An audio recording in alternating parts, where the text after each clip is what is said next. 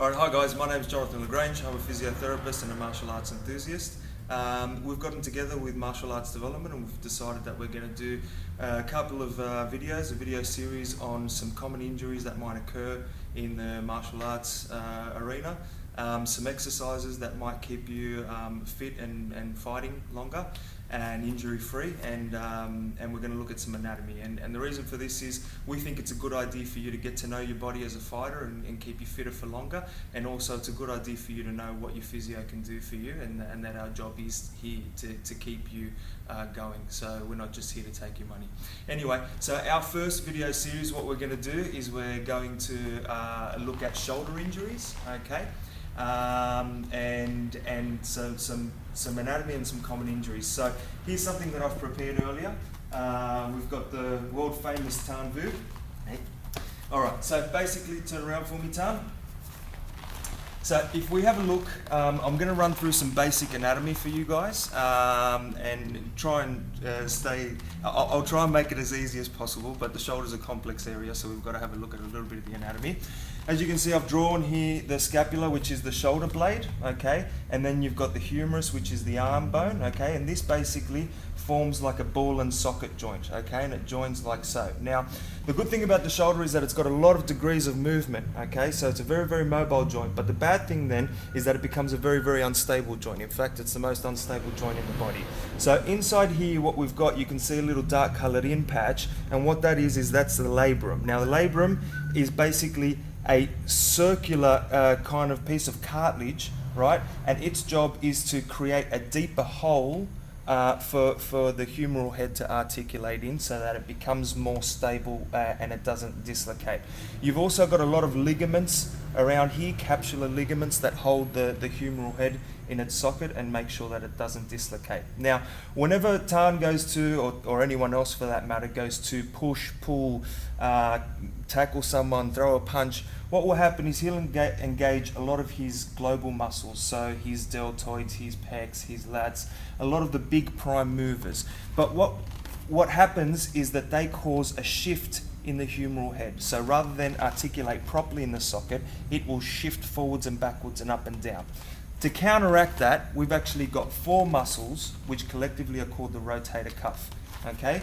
You've got supraspinatus, which runs in through here, infraspinatus, which runs through there, okay, teres minor, which runs through here, and underneath the scapula you've got another muscle called subscapularis, okay.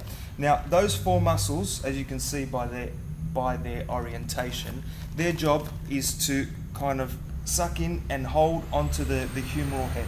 So whenever he goes to lift his arm, the deltoid will engage, but the rotator cuff will engage first. It will hold the head of the humerus in its socket, and rather than dislocate and move, okay, it will hold in and articulate like so. So that will stop you from dislocating, okay? So that's the anatomy down, or that's a basic anatomy down. Let's have a look at some common injuries that can occur as a result of any sport or martial arts more in particular. Number one most common injury I would say is tears to your supraspinatus or any one of your rotator cuff muscles, okay? So the rotator cuff muscles can tear like any other muscle. The most common one to tear will usually be the supraspinatus, which is this guy here, okay? And it will usually tear about this point through the tendon. So you've got the muscle belly here, and this is the tendon portion, and it runs in through here, in through a little canal, okay?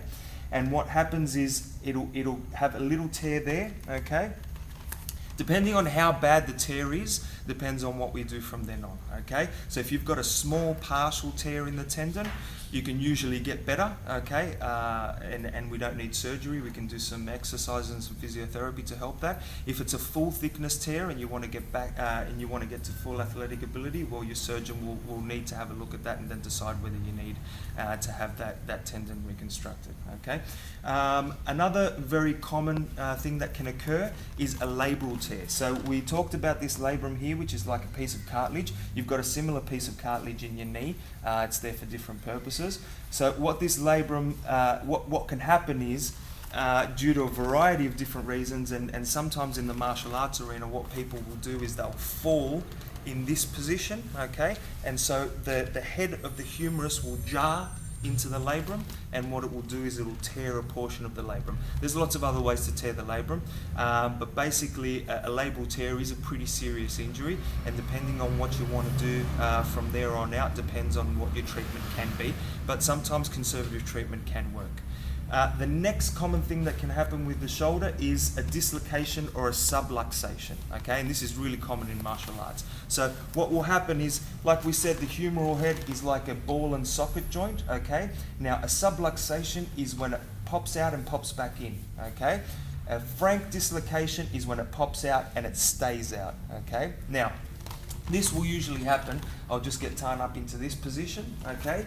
So, underneath here, that's actually where you're weakest, where the ligaments that hold your shoulder in place are weakest. And so what will happen is in this position, if he falls and takes a knock in this position, or anything in this position, so if he falls back and lands in that position with pushing through here, what can happen is the humeral head can dislocate anteriorly, and what you'll see is the humeral head about here, and pretty much the person will be limp and they won't be able to move the arm, and you'll need to force it back into place. You shouldn't force the shoulder back into place yourself. You should go to hospital and they should do that.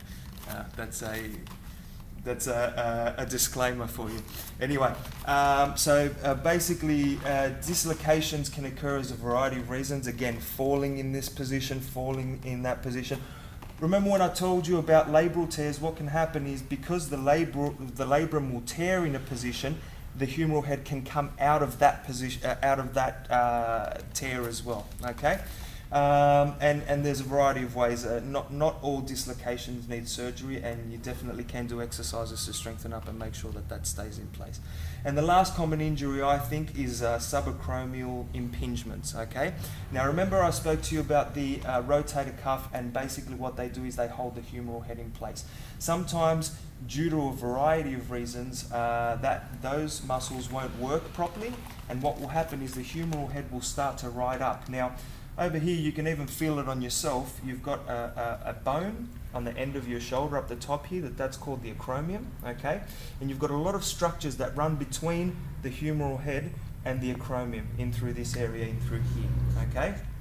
Now, what happens is Tan can fall over on his elbow, and that can jar the humeral head up, and that's more of a traumatic impingement, and that should go away pretty easily. But sometimes what will happen is you'll get an impingement there through the muscles not working properly, so it'll grind, and so your physiotherapist really needs to assess that, check out how you're moving, teach you some exercises, and make sure that we can unload that area of the acromion, of that subacromial space. Okay, so I hope you're still awake. I hope that was interesting for you guys, and I hope that you guys know a little bit more about the shoulder anatomy and some of the common injuries. Again, I want to point out that watching this video doesn't make you a physio, just like watching MasterChef doesn't make you a chef, okay? There's lots and lots of problems that can go wrong with the shoulder. Like I said, it's a really complex area. So if you do have an injury, at least get checked out by someone who knows what they're doing, preferably a physio and preferably myself.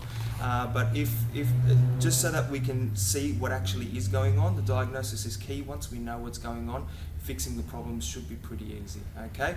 So I hope you've enjoyed that, and I think we're going to do another video, so you can tune into that, and that'll be some shoulder exercises. Thanks.